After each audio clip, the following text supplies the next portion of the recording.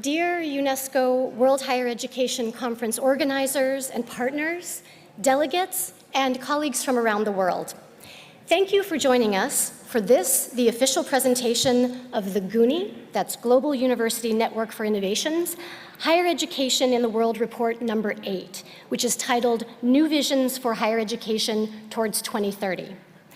My name is Laura Rumbley. I'm the Associate Director for Knowledge Development and Research at the European Association for International Education, or EAIE, and I'm delighted to be the moderator for this session today. Over the next 90 minutes, we'll have the opportunity to learn more about the contents of this highly anticipated and timely report. We'll also be offered perspectives from across the higher education sector around the world on what the GUNi vision for the transformation of higher education means to different stakeholders in different global and regional contexts. We begin this session with words of welcome. Please join me in welcoming to the podium Professor Javier Lafuente, who serves as Rector of the Autonomous University of Barcelona and is the immediate past president of GUNi. Professor Lafuente.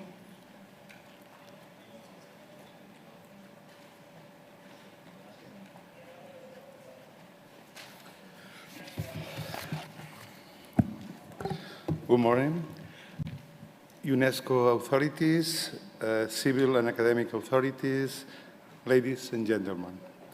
As Vice President of the Catalan Association of Public Universities, the local partner of the UNESCO conference, it is a pleasure to welcome you at the session that aims to present a new GUNi report entitled New Vision for Higher Education Towards 2030.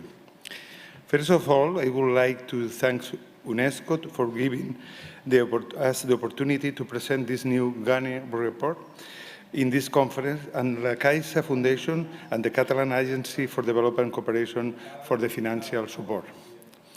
I also acknowledge the support of the Minister of Universities, the Minister of Foreign Affairs, and the Ministry of Research and Universities. We are moving towards a digital human future that impacts the world of the world and the economy. The role of the people playing in the societies is also suffering significant changes. New movements change our democracies and evidence a social crisis that adds to the ecological and systemic imbalance of our planet. In this condition, education, science, and innovation become more than ever key areas for building progressive, sustainable, and inclusive societies on a local and global scale. In this, then timely to rethink universities in order to make them effective tools for social transformation, as the COVID-19 has shown, to success in behavior, we must move forward working in a collaborative way at a local, regional, and international scale. In this sense, the Catalan Association of Public Universities, ACUP, considered cooperation its reason for being. The ACUP, created in 2002, gathers the University of Barcelona, Autònoma de Barcelona, Politécnica de Catalunya, Pompeu Fabra, Girona, Lleida, Rovira i Virgili, and Oberta de Catalunya. Through the ACUP, these 8 Catalan public universities benefit from collaboration in order to gain relevance, quality, and efficiency, both on an individual level and at the Catalan higher education system as a whole. Our association is also strongly committed at an international scale through the Global University Network for Innovation, GUNi, which we promote together with UNESCO. GUNi embraces the values and principles of the UNESCO, while use the 2030 Agency and the Sustainable Development Goals as the guideline for the improvement and transformation of higher education institutions. The higher education in the world reports are the GUNi's flagship projects, and along the years, they have become leading international publications in the field. The report analyzed the in-depth emerging issues at the university level and encouraged rigorous debates and the generation of policies and programs for the progressive of higher education institutions around the world. The new report, which is going to present right now, aims to discuss the future changes of university institutions and set our ways to rethink higher education institutions in a changing context like the current one. In this sense, the report is designed to be a living document that will be enriched over the next 4 years through an open web portal with new articles, interviews, videos, and podcasts. I hope this new GUNi report will be a useful tool for rethinking and strengthening higher education institutions around the world. Thank you very much.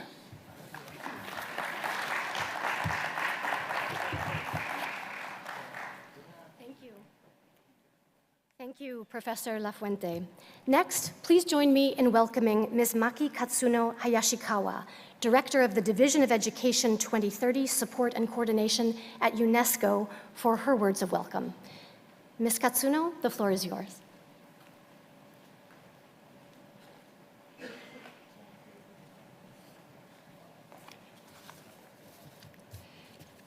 Distinguished guests, members of the Global University Network for Innovation, ladies and gentlemen, a very warm greetings to all here in Barcelona and to those joining virtually.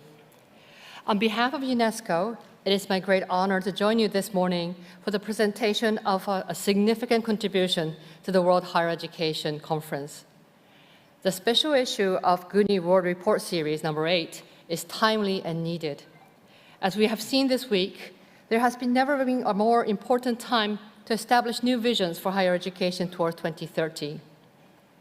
Every aspect of higher education is changing, being rethought or reinvented, from institutional governance and financing to ensuring equitable and inclusive access through online learning. The traditional role and functions of higher education are being challenged.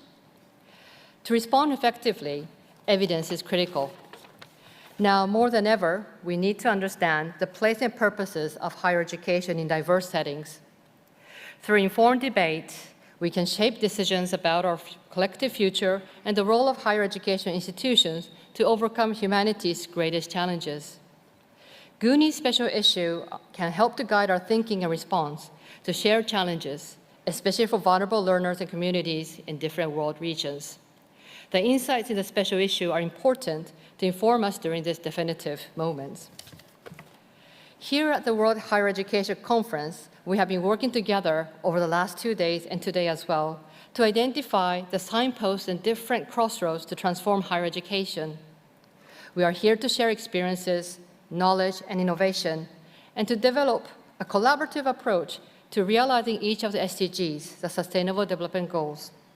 To do that, we need a grounded approach that empowers higher education systems worldwide. So thank you once again for this very important work and contributions to the editors, to the authors, and the vibrant GUNi community worldwide. Thank you very much.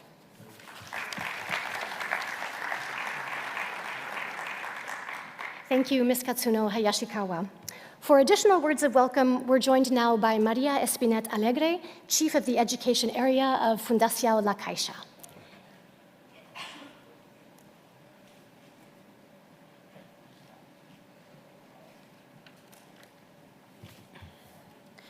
Welcome everyone to the presentation of the GUNi World Report Special Issue, New Visions for Higher Education towards 2030. First of all, I would like to thank the Global University Network for Innovation, UNESCO and ACUP, to generate, promote, and support the report that will be presented today. Secondly, I would like to thank and appreciate all the work performed by the group of researchers that have contributed and will contribute to the report and that has happened as has happened with the reports previously published by GUNi. In La Caixa Foundation, we understand research and higher education as one of the key focuses to embrace social progress. That is why we count on a number of programs, funds, teams, and areas that promote research, dissemination, debate about recently published papers or ideas. We're aligned with how GUNi understands the role of higher education, as we believe in the social value and contribution of these institutions in reducing inequalities, leading transformation, and answering some of the world's most complex challenges. From La Caixa Foundation, we gladly support the generation of reports like the one presented today, and especially because it is focused on sustainable and inclusive societies. as well as innovation, collaboration on our skills and competencies. For us, having the most vulnerable at the spotlight, as well as focusing on how inequalities impact the accessibility of knowledge, it is key to guarantee equal opportunities for all. I would like to finish without congratulating GUNi for its 20th anniversary. From La Caixa Foundation, we wish you many years of research to come, as well as the generation of many more reports that will contribute to the transformation, improvement, and reflection of higher education.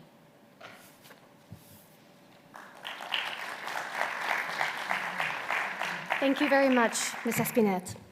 To provide us now with an official introduction to and overview of the new GUNi report, we turn now to Professor Josep Vilalta, Executive Secretary of the Catalan Association of Public Universities and Director of the Global University Network for Innovation.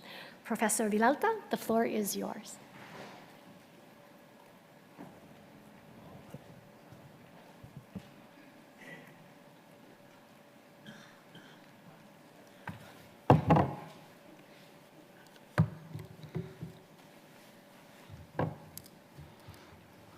Good morning, everyone. Thank you for being with us. Thanks to colleagues, friends, for being today in this presentation. I will try to make a summary, a brief summary of this new World Report. And for the entire GUNi team, it's really an honor to be able to present the report in the framework of the UNESCO World Conference on Higher Education, and especially to do it in Barcelona.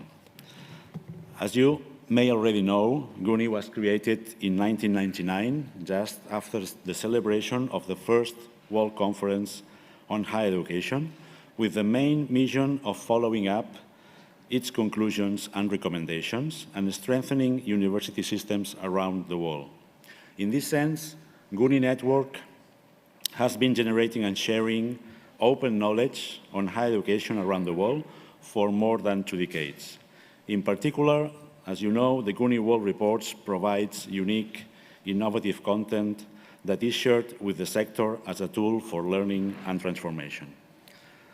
Today, a total of 268 institutions, UNESCO chairs and research centers from 85 countries are part of the GUNi network. And we are proud that a significant part of this group comes from regions such as Africa, Asia, and Latin America, as well as Arab countries, Europe, and North America. GUNi, as a UNESCO network, promotes the values of the United Nations and the advancement of education, culture, and science as decisive factors of progress, justice, and well-being, and as a source of international cooperation.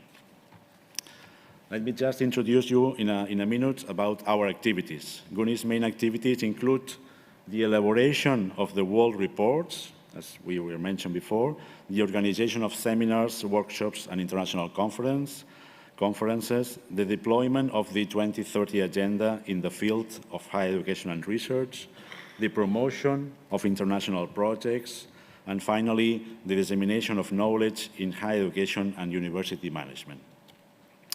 What about the new report? The report that we are presenting today, number 8 in the series, has been conceived as a special issue for several reasons. First, because it has been developed in the context of the preparation of the UNESCO World Conference that we are celebrating these days.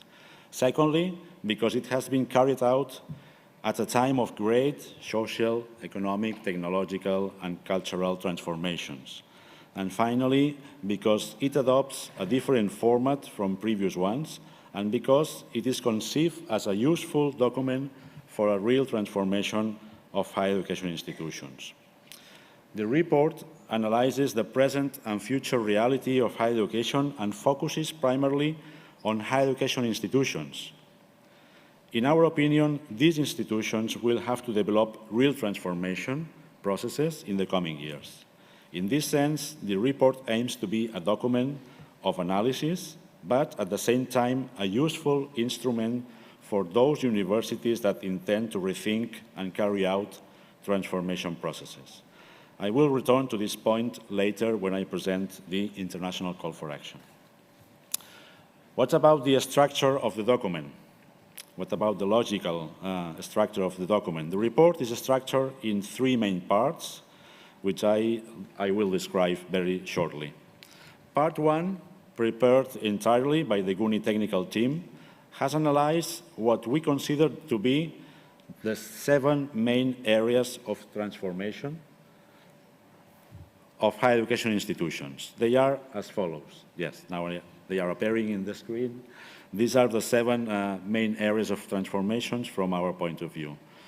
You have here the future of work, the citizenship, knowledge, the digital human future, sustainability, internationalization, and finally, governance and professionals.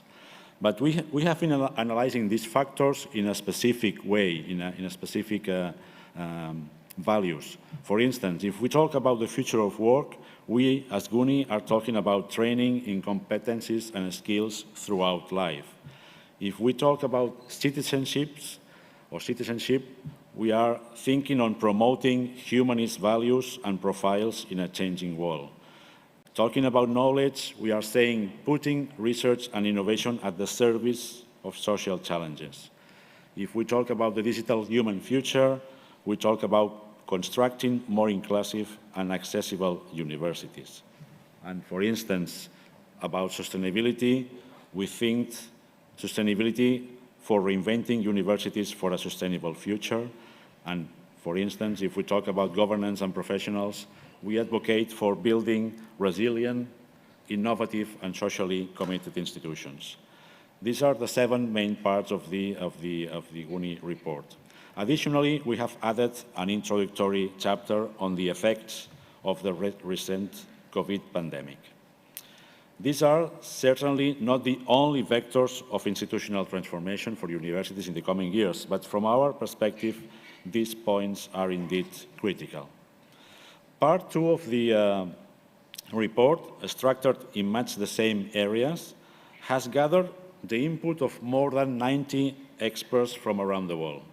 All of them have contributed their views and expertise on each of the topics, always under the GUNi orientation of conceiving higher education and research as public goods.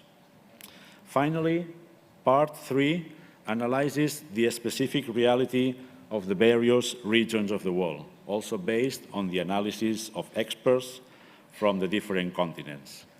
In this regard, I would like to take this opportunity to thank all the authors most sincerely for their valuable contributions. The part 1 of the report ends with a specific section called the GUNi Vision. The GUNi Vision presents the approach to the transformation of higher education institutions from the values of GUNi, the conceptual basis created for the report, and the participation of several members of our network. The vision is also structured in the same 7 strategies areas of the report. The GUNi vision is not at any point pretending to draw a single university profile or a single institutional model. The GUNi vision, if we can use an analogy, aspires to be a kind of a lighthouse that provides a broad spectrum of light from which each institution or university model can build a path towards transformation. GUNi rightly advocates the proliferation of diverse institutional profiles, a fact that undoubtedly generates richness and adaptation to different realities, and at no time doesn't it seek to establish a single institutional model, as we believe that this is not the right path to take. I would like to end this presentation by briefly presenting the 2 major novelties of this new report compared with the previous ones. These are the web platform and the international call for action.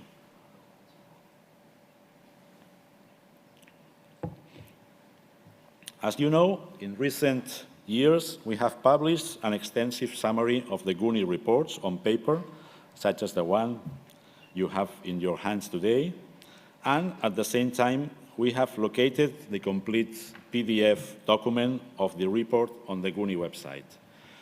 With the publication of this new report, we have introduced a change that we consider significant. On the one hand, we have created a specific web platform on which we have been publishing the different articles and materials by sections. Here we have some examples by sections, by subject, with summaries, with mentions to the authors, etc. On the other hand, we conceive the report as a living document, which will be nourished over the months and years with new materials that will enrich it. Articles, interviews, videos, podcasts, and good practices. We believe that with this formula, the report will be updated and enriched and will therefore be more useful for higher education institutions and any expert or interested party. In this sense, I encourage you to send us proposals for articles, interviews, or other materials that will eventually enrich the report and the web platform. What about the International Call for Action, 2022-2025? The report, as I said at the beginning of this presentation, takes on a new dimension. It aims to become a basic material so that universities can undertake processes of change and institutional transformation. In fact, from the Secretariat of GUNi, we will launch the so-called International Call for Action next June and throughout the period 2022-2025. We will make a call to GUNi members institutions to join us in this reflection for institutional transformation. We want all the material in the report to be a kind of a catalyst for action and institutional transformation. The International Call for Action aims to bring together a group of universities from around the world to rethink together what the higher education institutions of the future should look like and how to conduct change management processes within individual universities. In this sense, the universities will participate with a double purpose. On the one hand, to work together with the group of universities from all over the world, sharing information, documentation, participating in thematic working groups, debate and activities, and so on, enjoying some exclusive activities. And on the other hand, to conduct a process of innovation and change management of the institution itself throughout this period 2022-2025 and attending to the selected themes. The orientation of the International Call for Action is based on the following elements: sharing knowledge with academic leaders and experts in the various priority themes of the International Call for Action, connecting knowledge to action, institutional strategy, and management for change, working cooperatively with other members, creating links and joint activities like projects, seminars, professional development courses, etc., and developing organizational learning processes and fostering the professional development of leadership, academic and management teams within each institution. Of course, in this path of the coming years, we will also have the recommendations and conclusions coming out of the World Conference, UNESCO World Conference, and at the same time, we offer ourselves to UNESCO to continue to follow up on the global post-conference that is linked to this mission of transformation. I encourage you again to join us in this exciting journey towards institutional transformation and the consolidation of universities committed to society and a source of progress, justice, and well-being. Finally, I would like to thank to all GUNi technical group that have been working so hard during the last 2 years for make possible this new report. As I always say, this is a small group in numbers, but a big one in professionalism and commitment. And to all of you, thank you very much for your attention.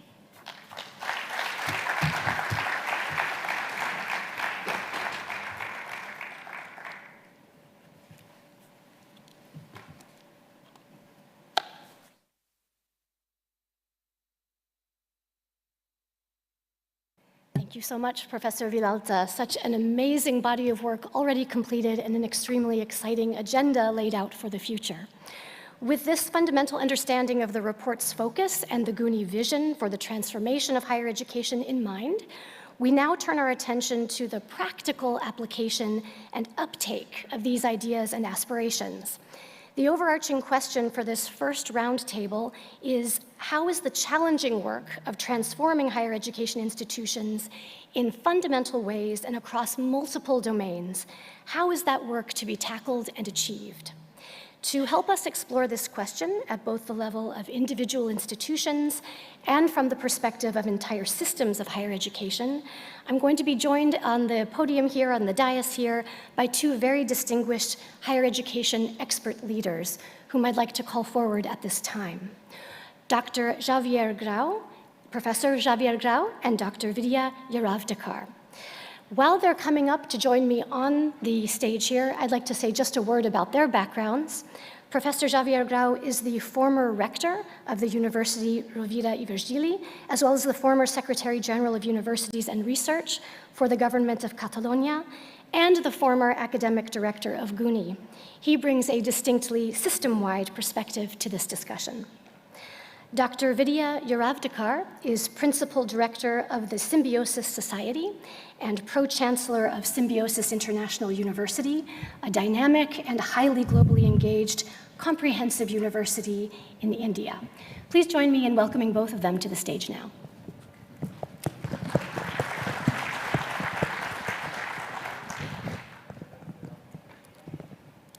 Welcome to you. Lovely to have you seated here in conversation.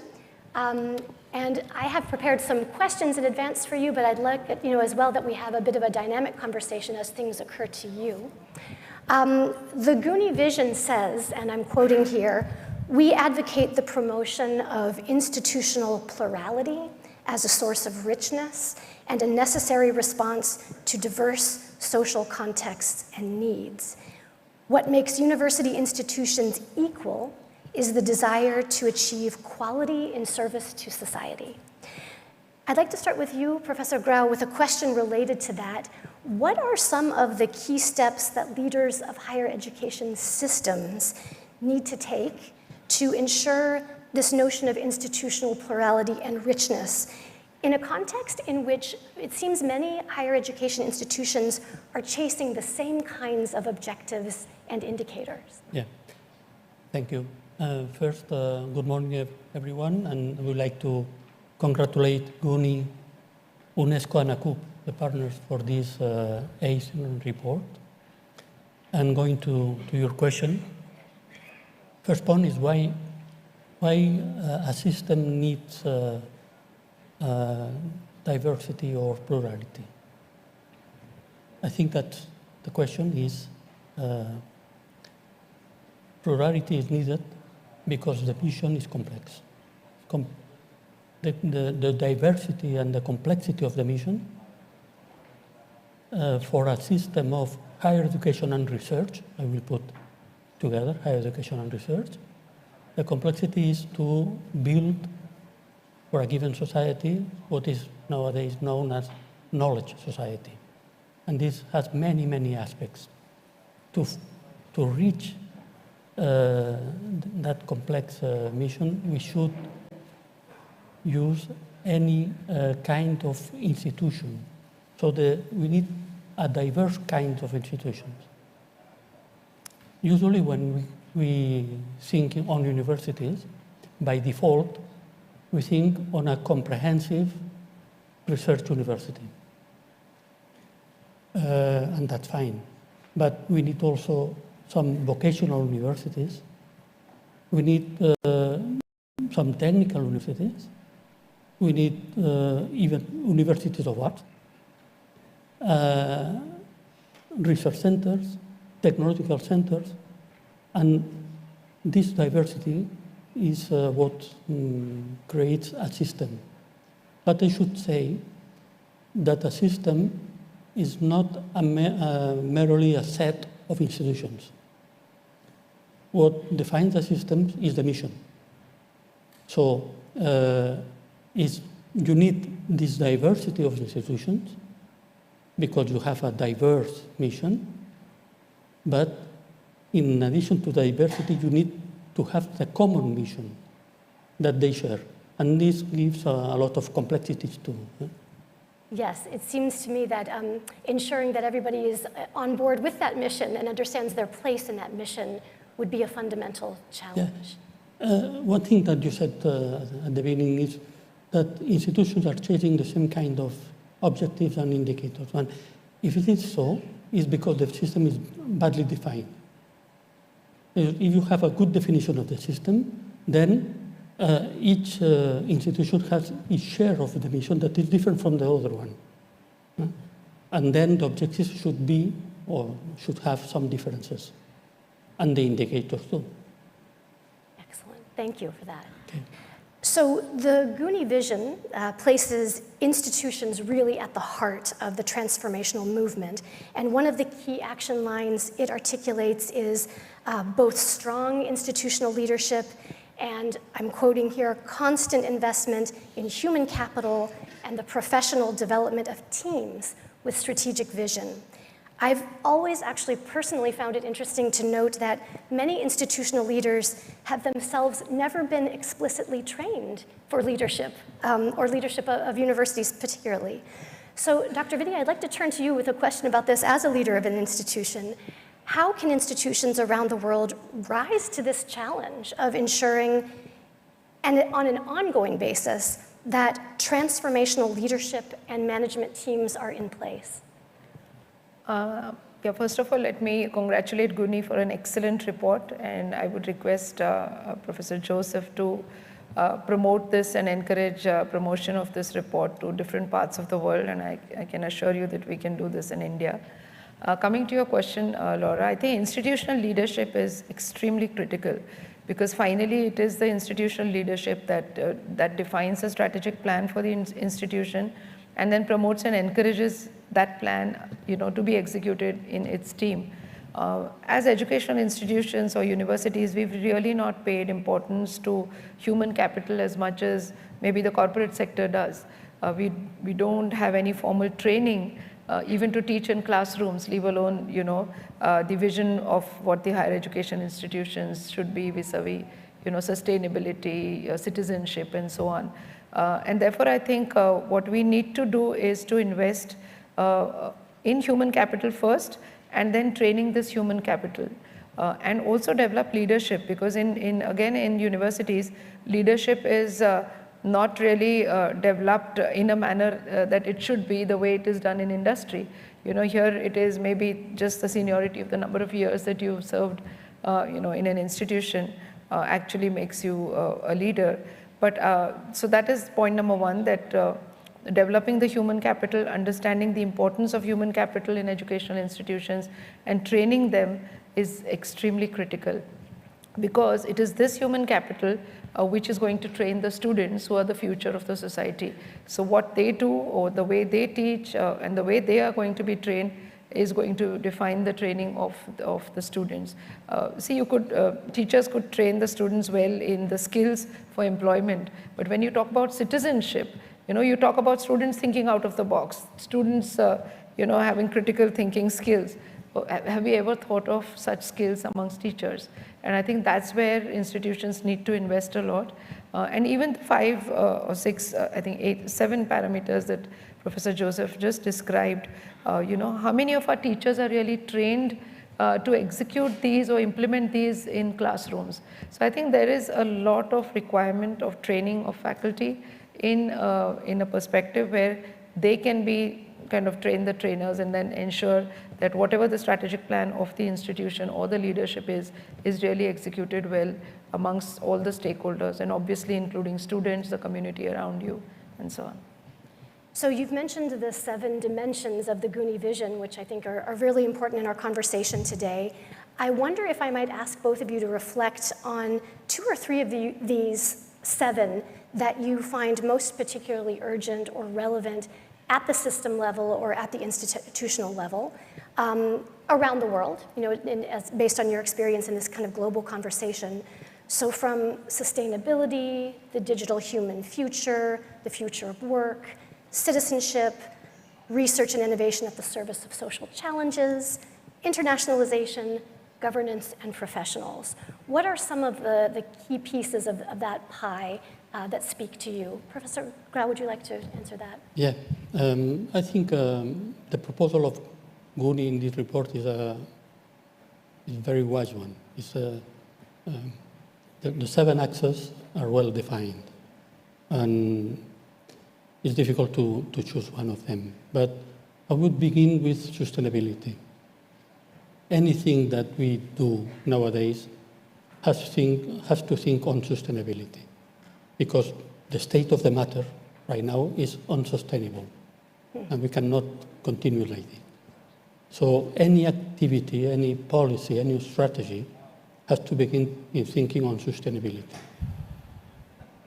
The policy on regions, on nations, and on universities and university systems.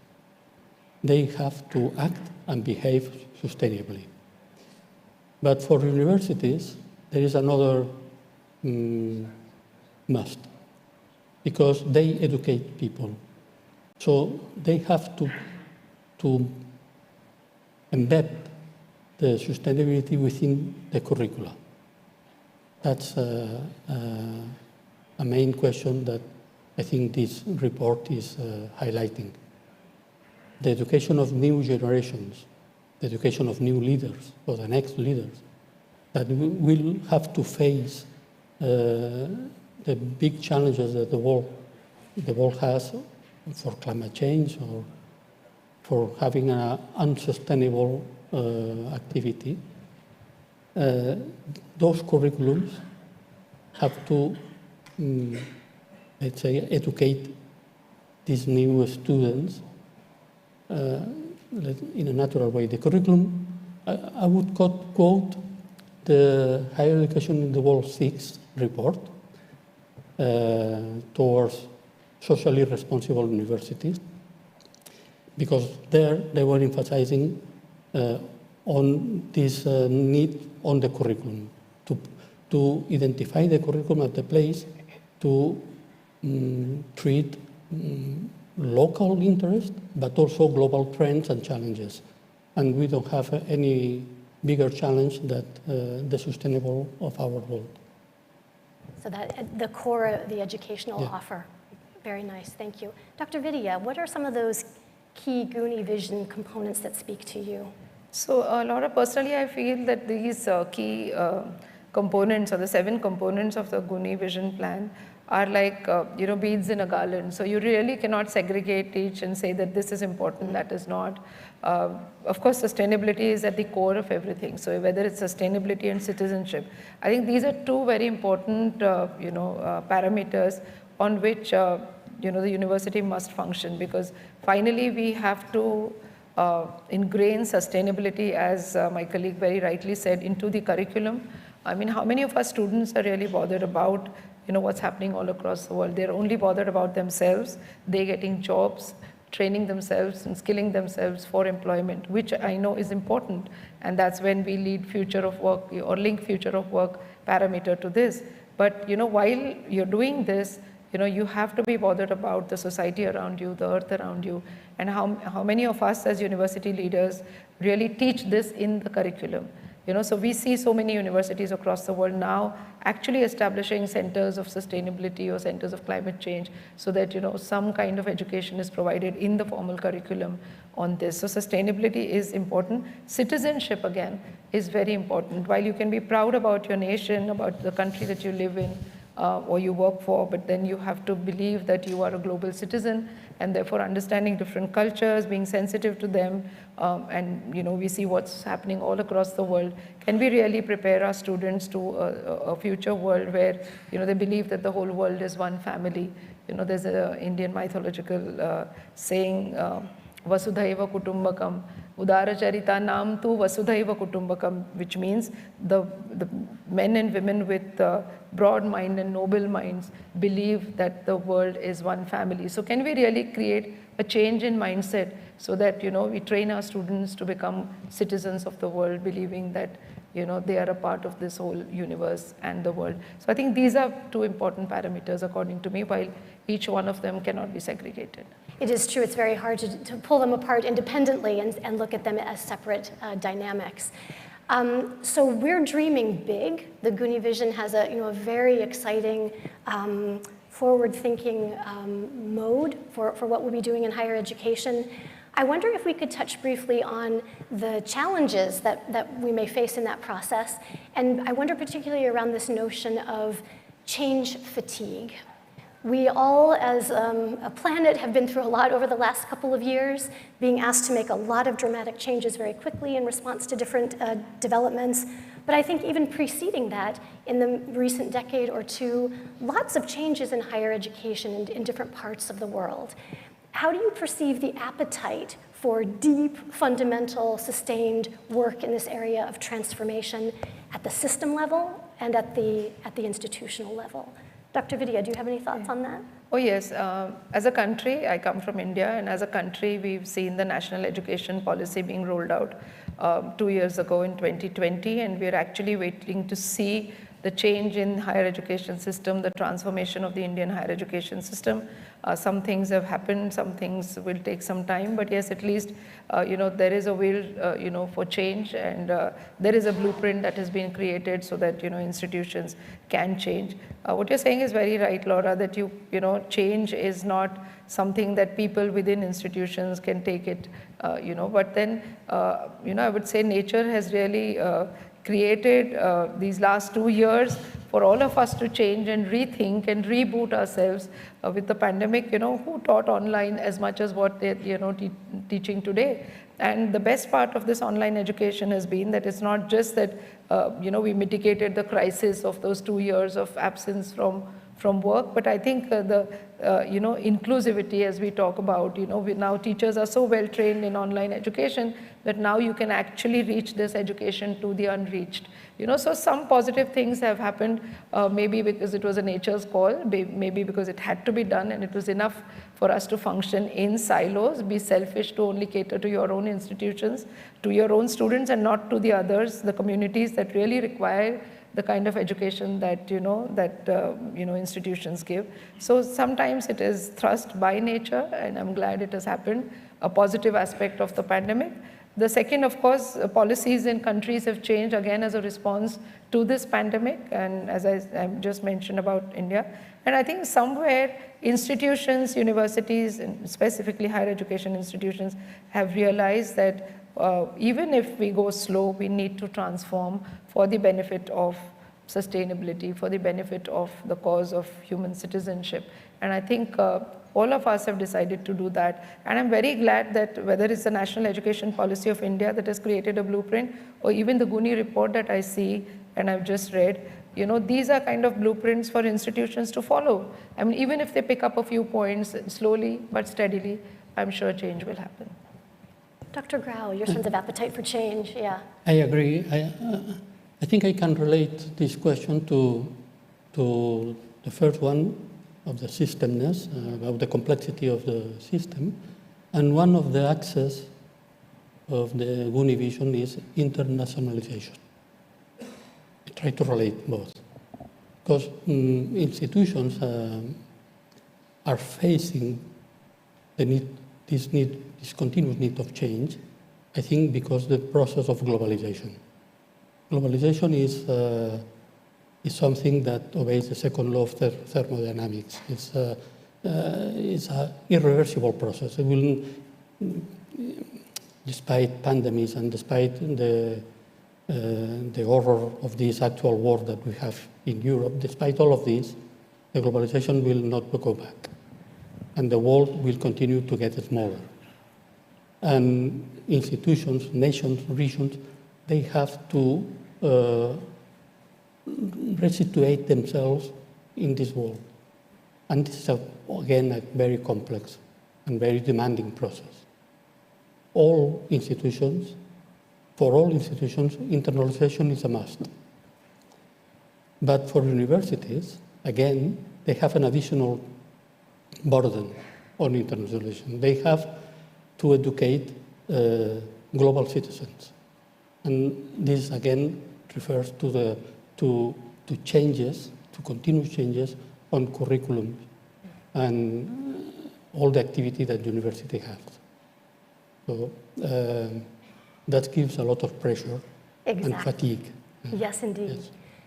We've talked a bit about the offer that institutions need to provide to students and the support in terms of development that higher education needs to provide to students.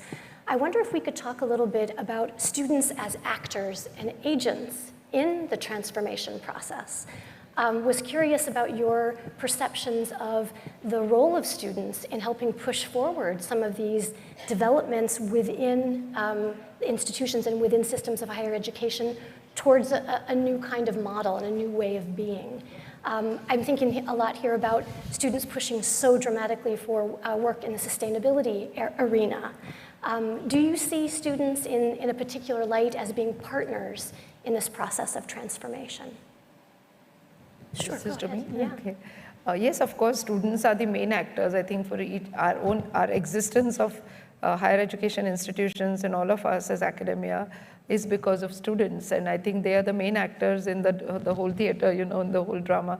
And I think the way we train them is very, very critical. So, creating certain things within the university systems apart from, classroom teaching, there is so much that happens beyond classrooms. And I think that is the transformation that you can do. Involving students in community work as a part of the academic curriculum. Just to give an example of what we do, we have a community outreach program, and we have 4 credits assigned, where students have to do this, because not all are really willing to. So therefore, you have to sometimes thrust, but the moment you thrust, there is a negativism, but later they enjoy doing it. So trying to make students understand the society, understand the world, understand what sustainability means, understanding, someone who doesn't get the same kind of benefit as the student has got.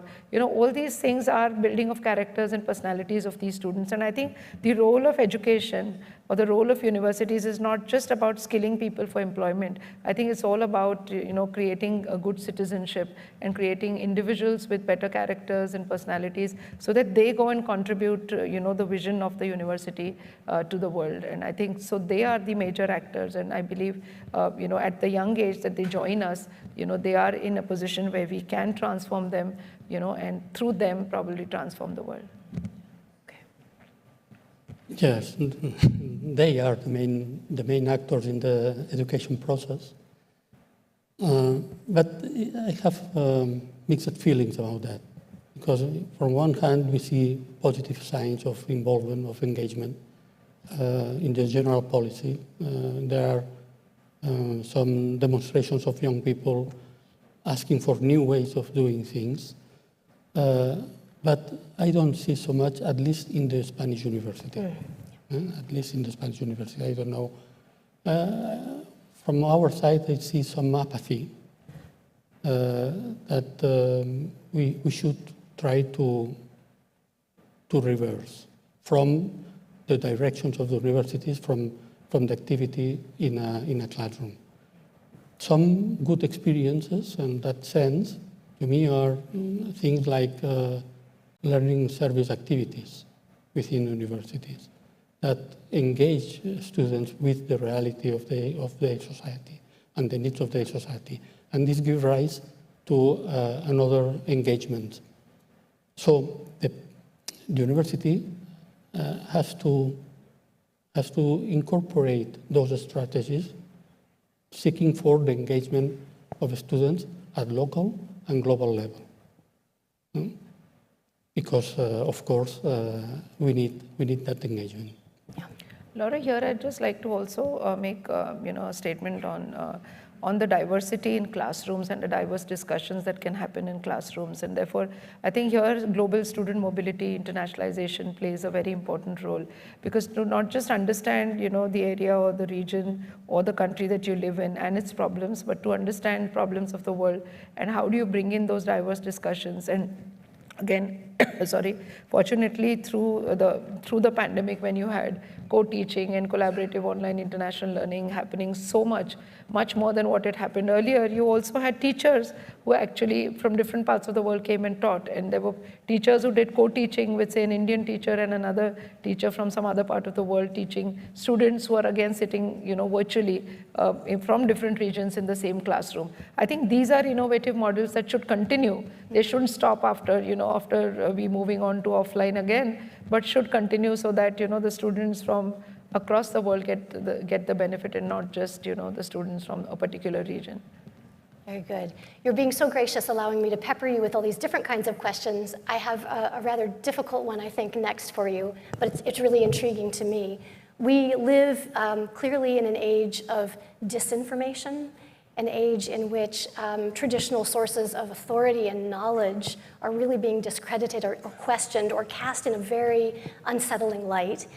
I was wondering what you might have on your minds about the roles of universities and systems of higher education in trying to play these very important transformational roles in service to society, how to get the message out about higher education's, what it has to offer in these very complex and fast-moving times.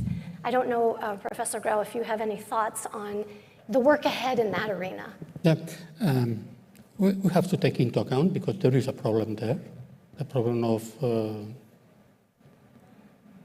disinformation. I don't know, the contrary of information is this mess that can be around.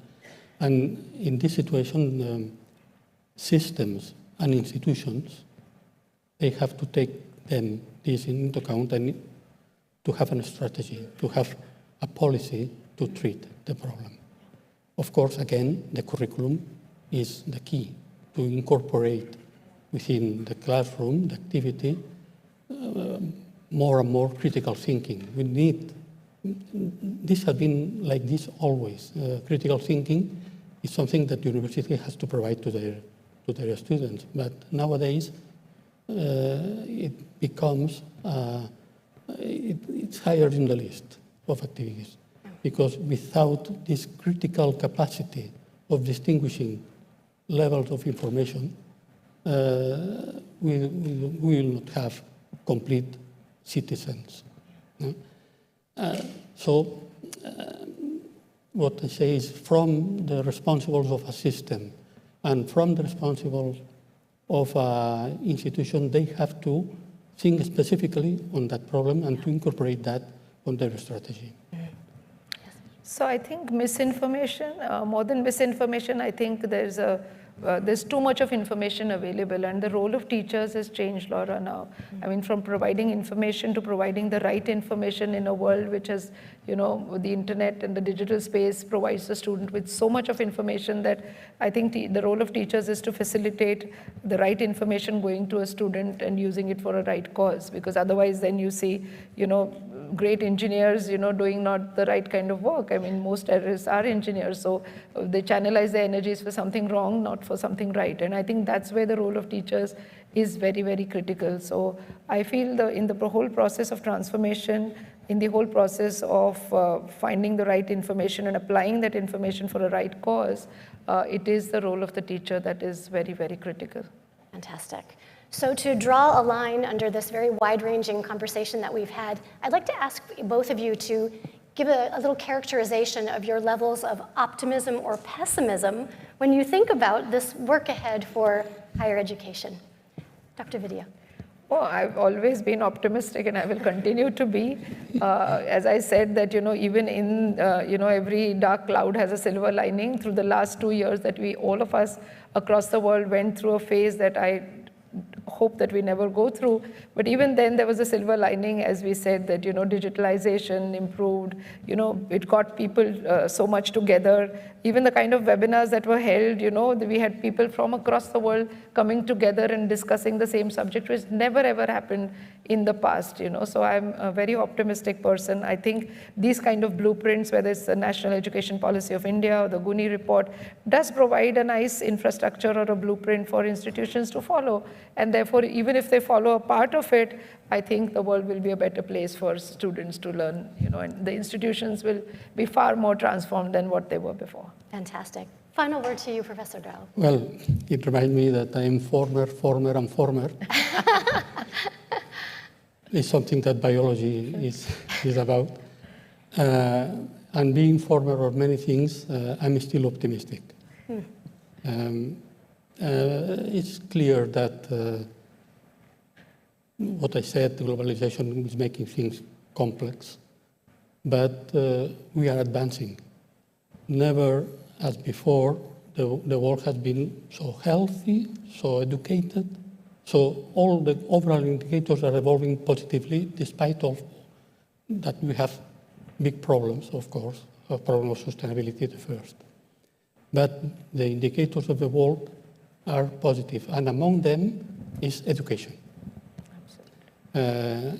So I think that we will continue to evolve positively.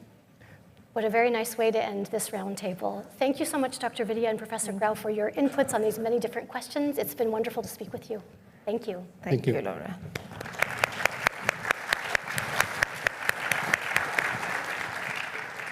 At this time, I'd like to call forward our second roundtable discussants. This would be Professor Olusola Oyewole, Professor Rajesh Tandon, Ms. Amanda Crowfoot, Professor Axel Dietrichson, and Professor Amir Azat Salama.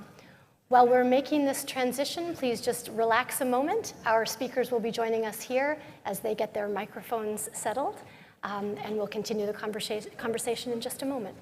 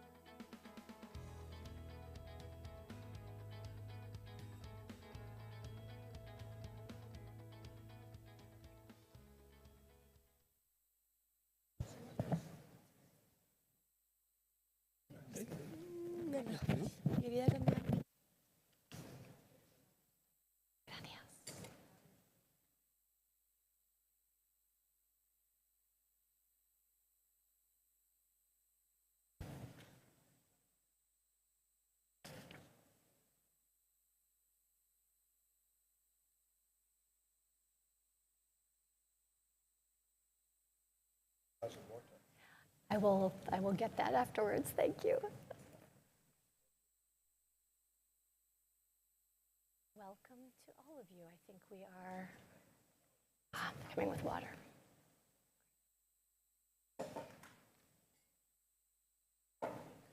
Very good. As we are all very aware, the global higher education community faces many similar challenges and opportunities, but there's also significant heterogeneity across this landscape. And one way to think about that heterogeneity is through the lens of geography.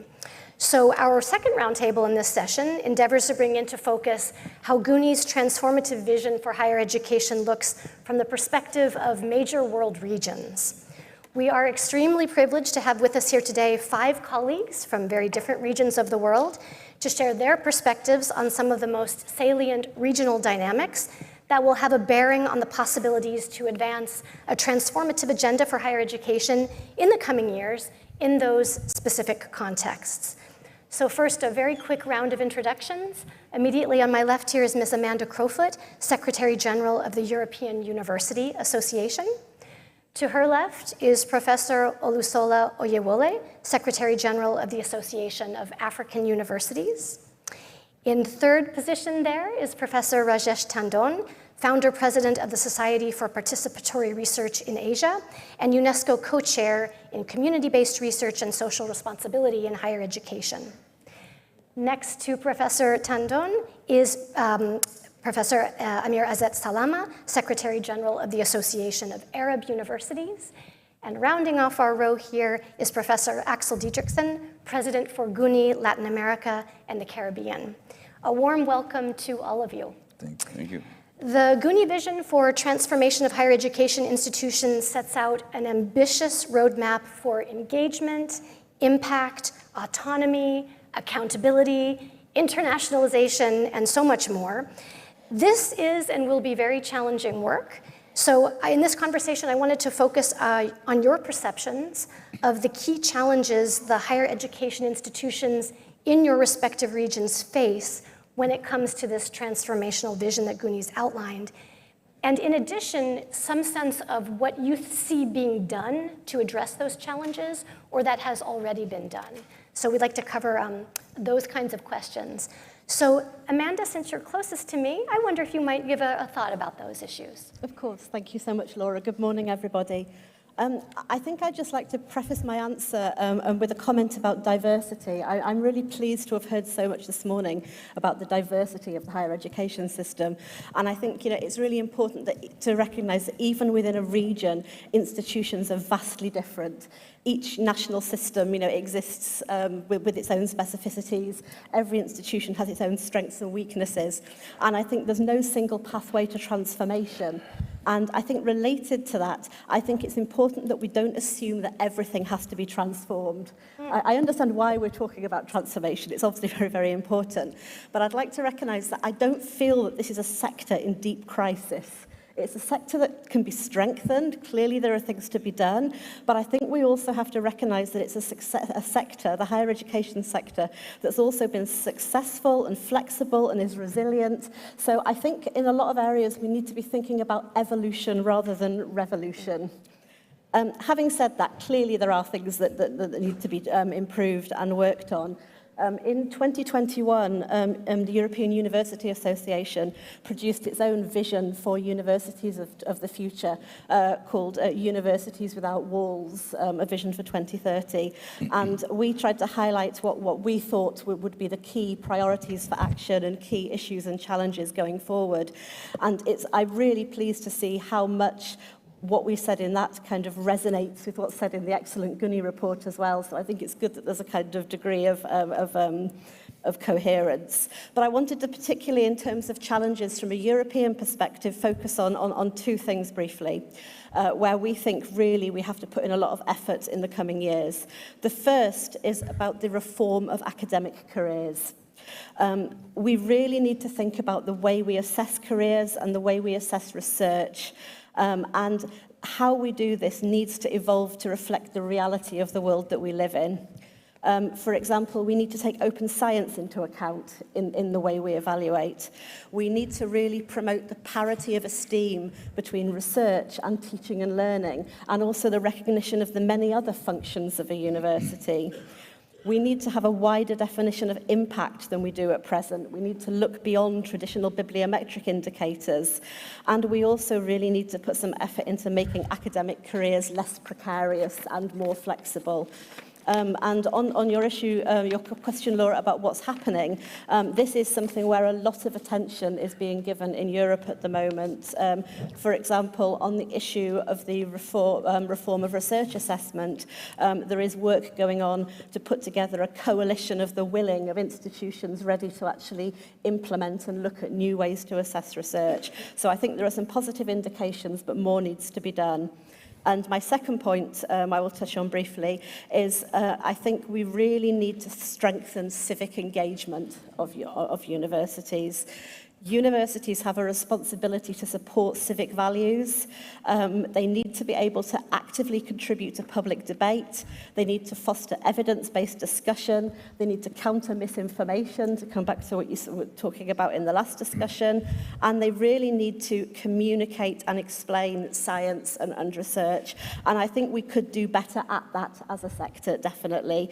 We could also strengthen our policy voice. We could work with others better in making our messages. We could certainly lobby and advocate more clearly. And I also think we have to put huge effort into protecting things like academic freedom, freedom of speech, institutional autonomy, which we cannot take as a given. So I think they'd be my two challenges from a European perspective: reform of research careers and really doing something about the way we actually engage civically and with the other sectors of society.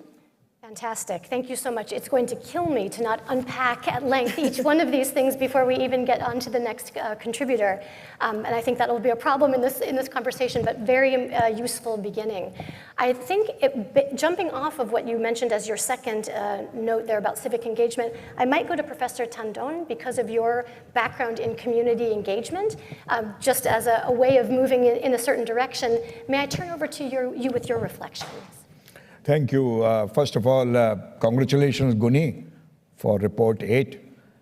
I have had the honor to be associated with GUNi's third report and was guest editor of GUNi's fifth report, and also with Professor Grau, part of the editorial team of GUNi's sixth report. So it's a great honor and a privilege to be sitting here and looking at this. From the region in Asia Pacific, vast, rapidly growing provision of higher education in all its myriad forms. I think the most important trend, whether a challenge or a solution, but trend, is a need for and demand for, an expectation for greater societal engagement of higher education. It is taking place in many contexts very rapidly, from Indonesia, which I am very much aware of, to the Sahajahatera movement in Malaysia, and of course to the national education policy of India that was referred to earlier. Societal engagement of higher education institutions, becoming a part of society as opposed to apart from society, is both a demand but also a trend. And there are solutions coming in that direction. Linked to this, closely linked to this, is the issue of mother tongue language, the importance of cultural embeddedness of knowledge systems.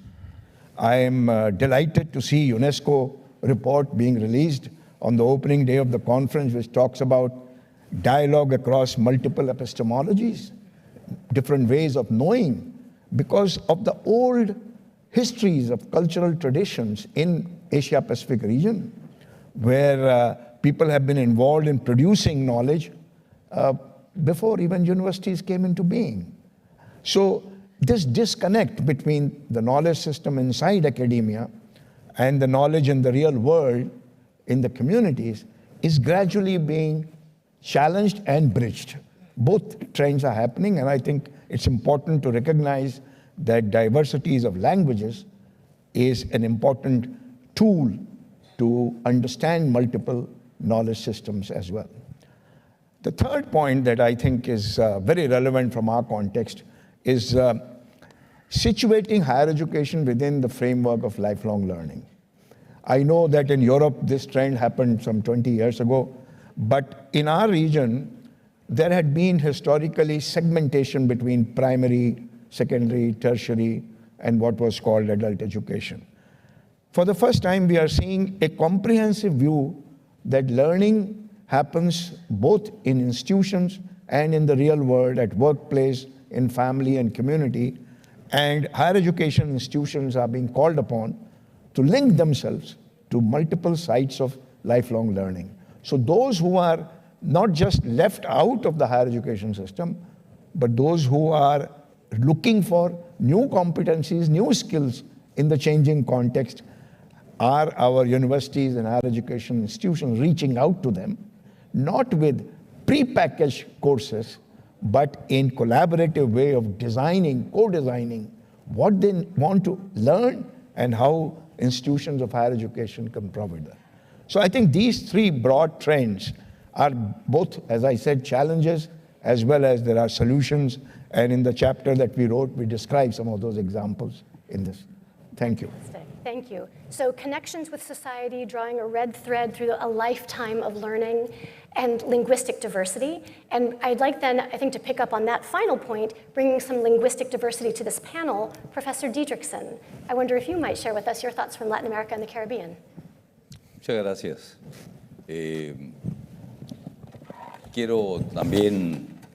Thank you very much. I also want to, as my friend has said, citar Sorry, we wish to congratulate the chair of GUNi, the president of GUNi, for the tremendous coordination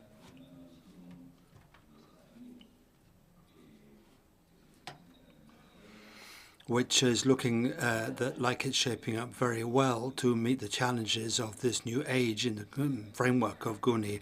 And I want to very sincerely congratulate all of the staff and the people who've written this tremendous text. And for UNESCO's Higher Education Conference, this is a fundamental document setting out the correct perspective regarding upcoming challenges for the future and the debate, because it's not a single approach with one-size-fits-all solutions, but rather a debate. As Josep Vilalta said, it sets out a whole debate with regard to the options because of the different perspectives we have in different regions. And I wish to underscore three issues that I think are particularly important when it comes to our contribution from Latin America to this institutional text. This Latin America chapter was drafted by an expert group, a group of researchers, academics, university deans and so on, people involved in UNESCO from around 10 countries in the Latin American region. And there were two basic points that were had regard for. Firstly, the guidelines, the methodology, lines for action that had been put forward by GUNi, where there had been protracted discussions on these perspectives so that we could come up and agree with the lines in the report. And our second major benchmark, if you like, vis-a-vis Latin America, and this is a unique case in the world, was the third Higher Education Regional Conference, which in the grand tradition of world conferences are these regional ones take place on a prior basis, and for the first time this third preparatory conference took place only in Latin America. There was no such event in any other region in the world, and this was essential to us all because I think there were 2 or 3 times as many people and universities attending as represented here at this conference. So the Latin America prior conference, regional conference, there was a much higher level of attendance of governments, associations, deans, academics, associations, and so on. And that was a major achievement. And strangely,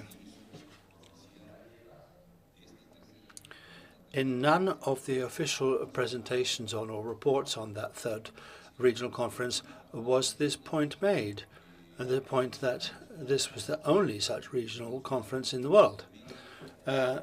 We attached a lot of importance to this because it meant a lot of work had to be done to define the perspectives, the viewpoints of a whole region vis-a-vis the challenges facing the world, not least inequality in many countries. And against that backdrop, the discussions for the third regional conference held in Cordoba, Argentina, in 2018, we concentrated on 2 main areas that I think should be pointed out. Firstly, we agreed that higher education is a public and a social asset. It's a public good because because it's a public good, it has to be supported by the state and made available. And it needs to tie in with the requirements of society when it comes to access, research, curriculum, learning, teaching, and the whole approach to our universities. That's why we think that the way in which this term common good is being used in this conference is interesting, because at the second World Conference, I've taken part in the 3 World Conferences and all of the regional ones. And this idea of a public and social good was developed at the second conference, and now we're talking about a common good. It makes it sound a bit like a supermarket. What's this mean, this common asset, this common good? Does it mean that we can show up somewhere and purchase this at a place where we buy things like a supermarket? It's not the same as a social good or a public good, because, as I say, a public good is something that must be guaranteed by the government, and it's a social good because it's a fundamental right.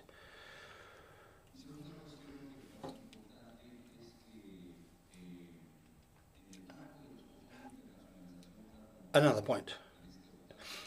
In the framework of the processes towards internationalization as set out in this 8th report, I think it's essential to underline the fact that the new trends emerging in that framework need to be increasingly based on the notions of integration and inter-integration. We're integrated already. Europe has a common area of higher education. In Africa, of course, there's work underway to pool their efforts, and in Asia there's also an overall approach, and in Arab countries, because we are totally interconnected. We're all working in networks, in international associations today. I mean, GUNi, after all, is the best example of such cooperation that's based on solidarity and is totally cross-cutting. And this is what makes it possible to come up with the products that we're coming up with. And in Latin America, there's also integration underway on the basis of higher education, science, culture, knowledge. But all of this requires much more collaboration today in the processes of integration. The COVID pandemic pointed this up very much. There was a lack of collaboration among these integration processes, and this had an impact on all of mankind, not least in my region. There's deepened inequality, there's deepened disparities, and if there had been collaboration when it came to patents and vaccinations and so on, then the situation would have been very different, and the universities would have had greater opportunities to work together and to promote knowledge, to bring about this social and public good with a very major impact. So, I would like to repeat our congratulations to Joseph Vidal and the whole team that has worked together to come up with this excellent document, which is a basis of discussion for the future. And so we are very proud and honored to have taken part in that task. And in the regional chapter, where there are some amazing authors. So it's not just a matter of congratulating you all, but saying how pleased I was to have been included in such a select group of speakers at this roundtable. Thank you very much. Points of the core importance of public good of higher education, and integration 2.0, this idea of taking that further and deeper. Very, very relevant, I think. You've also mentioned other dynamics in different regions of the world, and I'd like to turn now to Professor Oyewole for some perspectives on Africa's response to these questions of transformation. Thank you very much. In respect of Africa, we want to note that we face some peculiar challenges such as access, relevance of education, quality, teachers' capacity and quality, and then low research outputs in the continent. Looking at the 5 strategies that have been proposed, I believe that as we move into the future, 2 of them are very critical. The first one that I'm going to talk about will be the digital future. Looking at the pandemic, we need the digitalization, not just to stand up to the challenge of the pandemic, but also as a strategy of creating more access for more people to access education. I also believe that digitalization is also another strategy to help to improve the quality of our deliveries. In digitalization, there are many issues that we need to address. Issues about building the infrastructure for digitalization, issue about building the capacity of both the learners and the teachers to be able to use this platform for learning. And I look forward to a future where all activities of higher education will be done on the digital platform. The second major issue that I will propose that we probably concentrate on for the future would be the internationalization of our activities and programs. This is in order to, this is a strategy that I believe will be needed to improve the quality of higher education in Africa. It's also a strategy that we will need to employ to ensure that our learners acquire the necessary skills and competencies that they need to drive our development. I see these 2 major things that I've mentioned as strategies that can help us to not just improve our teaching and learning, but also improve the quality and relevance of research within the continent. Thank you. Thank you very much. Those are very specific, concrete, and I think interestingly interrelated dynamics as well in some cases. So thank you very much for sharing that perspective. Thank you. Professor Salama from the Arab University Association, over to you. Well, thank you very much for inviting me to this panel, and I'd like first to congratulate GUNi for issuing this report, and I think it is a comprehensive one, and all the 7 issues which they mentioned and which they are targeted are part of our challenges in the Arab world. Actually, it's going very well with what we are seeing in our area. Maybe before I say anything, I would like to say that universities in the Arab world have so many challenges.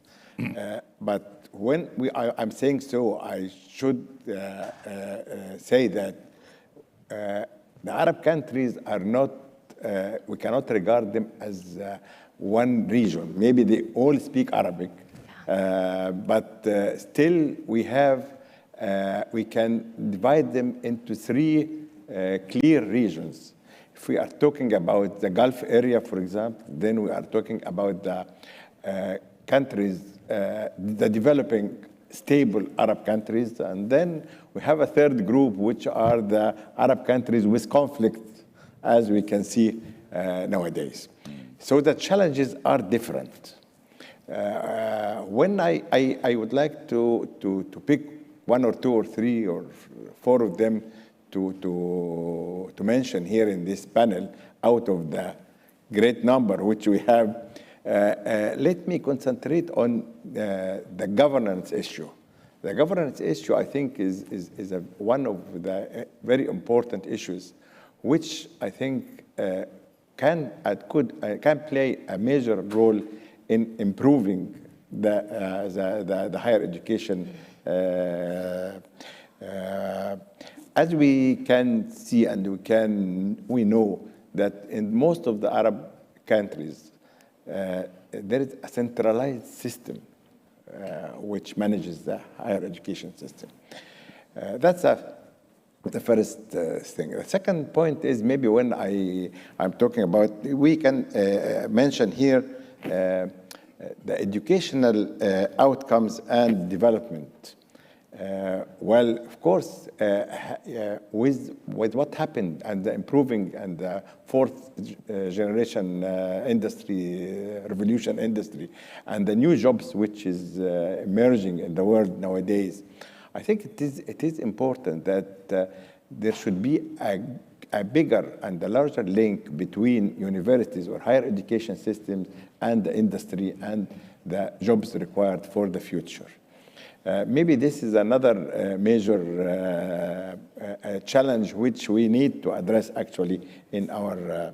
The third one is, I think, which if I can say a third challenge is the scientific research, the low quality of the scientific research, which needs to be improved. I think here, if we are talking about globalization and internationalization, I think internationalization can play a major role here in improving the scientific research in the Arab universities so that it can deal with the problem of the community of the Arab society.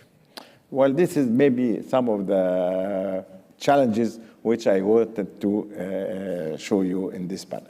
Thank you so very much. And I know it's a very difficult assignment to give each of you to select from such complex regions and situations these key points to mention. And also to your point about the diversity within regions, we know that to be tremendous, and that's also asking a lot for you to make these generalizations.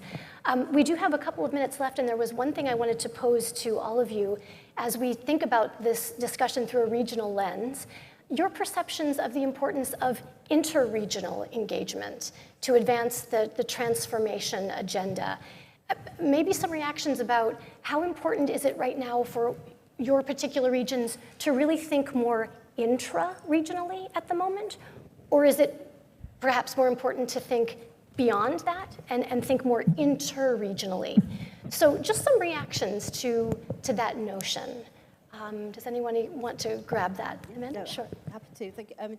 I think both are absolutely hugely important. I mean, at a regional level, I'd say one of the things that we have to focus on more than anything is this issue of solidarity. And at a regional level, we're really feeling that at the moment in Europe, clearly with the situation with Ukraine, where there's a real need for us all to come together and actually support our Ukrainian colleagues and help to kind of strengthen and facilitate the recovery of the Ukrainian higher education system. So I think that's something that we do all have to do together. And I think if you extend that to globally, clearly we live in a global world. COVID has underlined that to all of us. You know, we've all got different challenges, we've all got different strengths and weaknesses, but I think we have to come together and make it a global dialogue. So I would say solidarity at both local level, regional level, global level is absolutely essential. Yes. Any other reactions? Yes, well, I agree completely with what she has said. And of course, we need to work on the three levels. Yeah. The local level, the regional, interregional, and the international or global. This is very important. You cannot omit one of them. Exactly. Professor Oye, yeah. On the perspective of Africa, I think, one, we need to encourage intra-African collaboration and partnership, because before now, partnership and collaboration have been between North and South, and it's high time we encourage South-South-North collaboration as we move into the future. Yeah, exactly. I want to build on this point because a lot of effort in the past on international or interregional collaboration tends to become comparative and, putting things as if there is a hierarchy of good and others have to catch up. And I hope we talk about interregional and international collaboration building on localities and the relevance of higher education to the local context. We don't have to compare them because contexts vary, and therefore good things can happen without necessarily being on the same vertical scale. And unfortunately, the global ranking system is trying to imply that some are very good and some are very bad, though from a local point of view, they may have great contribution to make in the local context. So I think collaboration, interregional and global, should not try to, one size fits all and pushing everybody to be measured against same set of metrics, given our obsession with metrics these days. So one of the unfortunate roles that I have as a moderator is to bring us to close on time. So I apologize for cutting us off now, but I'm certain there can be other conversations in the corridors building on your amazing contributions. Thank you so very much for all that you've offered. As we wrap up here, it falls to me to officially bring the session to a close. On behalf of the Global University Network for Innovation, thank you for joining us for this exciting and urgent discussion about the need for transformational change in higher education institutions around the world. GUNi also sincerely thanks the UNESCO World Conference Higher Education Organizing Committee for allowing us to share the report in these proceedings. And finally, we want very much for you to know that the New Visions for Higher Education Towards 2030 report is now freely available on the GUNi website. We wish you all the best as you move through the remaining activities today in the conference, and thank you again for being with us today. Thank you.